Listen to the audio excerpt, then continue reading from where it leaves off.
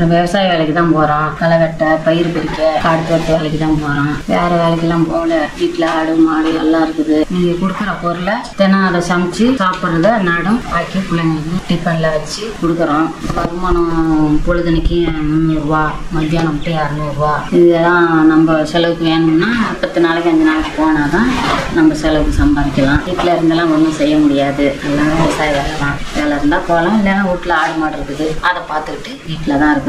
பிள்ளைங்க பள்ளிக்கூடம் போகுது, அதெல்லாம் செய்யணும். அவங்க இந்த வீட்டில் ஒன்றும் சரியில்லை. 3 வயசு இந்த பிள்ளைக்கு நல்லா விவரம் தெரியல. அது ஹார்ட் அட்டாக் வந்து இறந்துருச்சு. அந்த பிள்ளைய நாங்கள் தான் பார்த்துக்கிட்டு இருக்கிறோம். எங்கள் தம்பி வீட்டில் வண்டி வச்சுக்கிட்டு எல்லாரும் இல்லை ஏதாவது ஒன்றுன்னா விசேஷம்னா வருவோம், போவோம், செய்வோம். அப்புறம் அங்கே கூட்டிகிட்டு போயிடுவோம். வேலை இருந்தால் வேலைக்கு போயிடுவோம். வேலைக்கு தான் அவங்களும் வேறு வேலைக்கெல்லாம் போகல. தோட்டத்தில் நெல் நடுவோம், இந்த சோளம் கம்பு இது ஏதாவது போடுவோம். அதை தான் பார்த்துட்டு தோட்டத்தில் தண்ணி அடிச்சுக்கிட்டு போவோம் வர.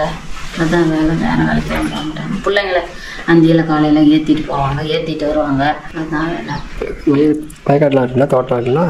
அவங்க 2 ஏக்கர். இப்போ தான் நாற்று போட்டிருக்கிறோம். உழுது போட்டிருக்காங்க. நாற்று போடணும். நாற்று போட்டு பறித்து நெல் நடணும். நெல் நட்டு அதை அறுத்து சாப்பாட்டுக்கு கொண்டு வந்து வச்சுக்கணும். அது நெல் நம்ம கொண்டு வரதுக்குள்ளே அதுக்கு 20-30 மேலே வந்துடும். உழவு ஓட்டணும், அதுக்கு ஆளுங்க பயிர் நடணும், களை பறிக்கணும், எல்லாம் ஆள் போட்டு வேலை செஞ்சு அவங்களுக்கு கூலி கொடுக்கணும். அதை போட்டோம்னா நமக்கு 15 கிடைக்கும்.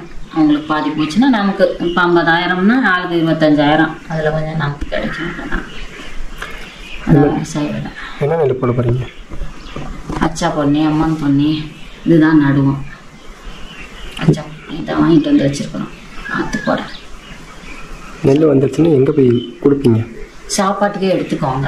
நீங்கள் யாரும் எனக்கு 10 மூட்டை கொடு, 5 மூட்டை கொடு அப்படின்னு சொல்லி வந்து எடுத்துக்குவாங்க. அறுத்து ஆனோன்னா வந்து எடுத்துக்குவாங்க. பூவில் வந்து நம்ம ஆடு மாடுலாம் வச்சுருக்கோம், அதனால நாங்கள் எடுத்துகிட்டு வந்துடுவோம். இல்லை எனக்கு ஒரு 10 கட்டு கொடுங்க அப்படின்னு யாரும் கேட்டால் அப்படியே கட்டு கணக்காக கொடுத்துட்றது. யாரும் கேட்டால் இல்லை அப்படின்னா நாங்கள் கொண்டாந்துருவோம். இப்போ இந்த வீடு இல்லாமல் இன்னொரு வீட்டுக்கு போய் தான் தங்கியிருக்கீங்களா? அங்கே தோட்டத்தில் மழை பெஞ்சா தண்ணி இருக்கும், இல்லைன்னா இல்லை. இங்கெல்லாம் தண்ணியெல்லாம் இல்லையா. அங்கே போய் அந்த தோட்டத்தில் வந்தால் எது விசேஷம்னா போட்டுவிட்டு மோந்துக்கிட்டு வரணும். இங்கெல்லாம் தண்ணியெல்லாம் இல்லை. போர் போட்டிருக்குன்னா அது தண்ணி சர்வீஸ்லாம் வாங்கியிருக்கிறோம். வந்து தண்ணி சப்ளை பத்தாது. வீட்டுக்கே தண்ணியெல்லாம் செலவு பண்ணி போட்டால் தான் எடுக்கலாம். அதனால சரியில்லைன்னு நம்ம ஒன்றும் பண்ணலை, அப்படியே கிடக்குது. சரி, இப்போ நீங்கள் அப்படியே இந்த ஆயுத பட்சம் போயிடுச்சுல, இதுக்கெல்லாம் எவ்வளோ செலவு வந்துச்சு?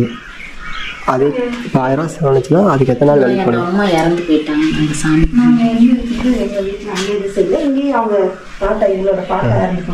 அதனால வருஷம் திரும்பாமல் எதுவும் செய்யலை. அது 1000-2000 ஆகும், எல்லாம் செய்வோம். அதனால எதுவும் செய்யலை. இப்போ நாங்கள் பார்த்தாங்க இறந்து போயிட்டாங்க. வருஷம் ஆகலை. அங்கேயும் எங்கள் அம்மா இறந்து போச்சு. அதனால எதுவும் செய்யலை. அதுவும் 1000 ரூபாய்க்கு மேலேயே ஆகும். எல்லாம் வாங்கி ஆயுத பூசை கும்பிடுவோம். அதனால எதுவும் நாங்கள் செய்யலை. வைக்க அங்கே தான் இருக்கோம்.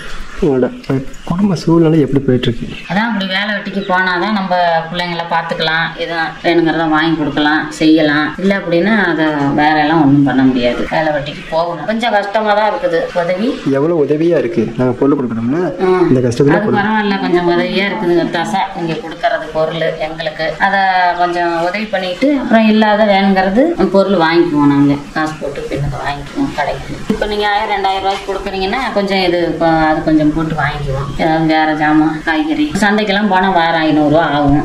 இதை வச்சு அது கொஞ்சம் கம்மியாக இருக்குது. நாங்கள் என்னென்ன பொருள் கொடுத்துட்ருக்கோம்? சுண்டல், பருப்பு, கேவுரு மாவு, பேரிச்சம்பழம், காசுபேரு இதெல்லாம் வாங்கிட்டு இருக்கிறோம். வெவச்சு தாளிச்சு வெங்காயம் இதெல்லாம் போட்டு தாளிச்சு கொடுப்போம். அப்படியே இல்லைன்னா வெவச்சு சுண்டல் இதெல்லாம் வெவச்சு தனியாக டிஃபனில் போட்டு அப்படியும் கொடுக்கலாம். இல்லைன்னா வெவச்சு எல்லாம் போட்டு ஆட்டி கூட கொடுக்கலாம். பாசிப்பேட்டுலலாம் அது எப்படி கேட்குதோ அது மாதிரி நாங்கள் செஞ்சு கொடுத்துருவோம். பாசிப்பேரு, இந்த சுண்டல், இந்த சாப்பாடு, இந்த பருப்பு சாதம், காய் இதெல்லாம் போட்டு வச்சா அதுங்களாம் விரும்பி சாப்பிட்றோம். நம்மளாம் ஸ்கூலில் படிக்குது, 5ஆவது படிக்குது. இந்த மாதிரி பாப்பா ரெடி பண்ணி அனுப்பிச்சுடுவீங்க? அதெல்லாம் 5:30 மணிக்கு எழுந்திரிக்கும். நாங்கள் 4 மணிக்கு எழுந்திரிப்போம். அவங்க போகிறதுக்குள்ளே எல்லாம் சமைச்சு சாப்பாடு கொடுத்துருவோம். அவங்க கொண்டு போய் விட்டுருவாங்க. கவர்லாம் வரல, அவங்க ஏற்றிட்டு போவாங்க, ஏற்றிட்டு வருவாங்க. அந்தியில் காலையில் கொண்டு விட்டுருவாங்க அவங்க அப்பா. இல்லைன்னா இந்த எங்கள் தம்பி கொண்டாட்டி எங்கள் அக்கா மாவனுங்க இருக்கிறாங்க, ஏற்றிட்டு போய் விட்டுருவாங்க. இல்லை அப்படியே இல்லைன்னா பஸ் கொண்டு விட்டுருவோம்.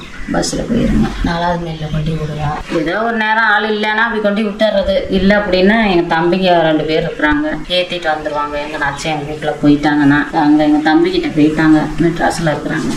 3-4 நாள் அவங்க பார்த்துட்டு வர போனாங்க. அங்கே இருக்கிறாங்க, நைட்டு தான் வருவாங்க. நல்லா படிக்க வைக்கணும், வேலைக்கு போகணும் அப்படின்னு தான் எங்களுக்கு ஆசை. அவங்க நல்லா படித்தா போதும், அதுக்கு என்ன செய்யணுமோ நாங்கள் செய்கிறோம். நம்ம விருப்பத்தை வச்சு தானே அதுங்க படிக்கணும், அதுங்களுக்கு செலவு பண்ணணும். நம்ம வேலை வெட்டிக்கு கொண்டா தான் அதுங்களுக்கு எதுவும் வேணுங்கிறத வாங்க முடியும், செய்ய முடியும், சாப்பாடு கொடுக்க முடியும். 8-8:30 மணி 9 மணிக்கெலாம் அங்கே பள்ளிக்கூடத்துக்கு போகணும். எஸ்பிபிடியில் கொடுக்கறது எங்களுக்கு ரொம்ப சத்தாகவே இருக்குது. எஸ்பிபிடிக்கு ரொம்ப நன்றி.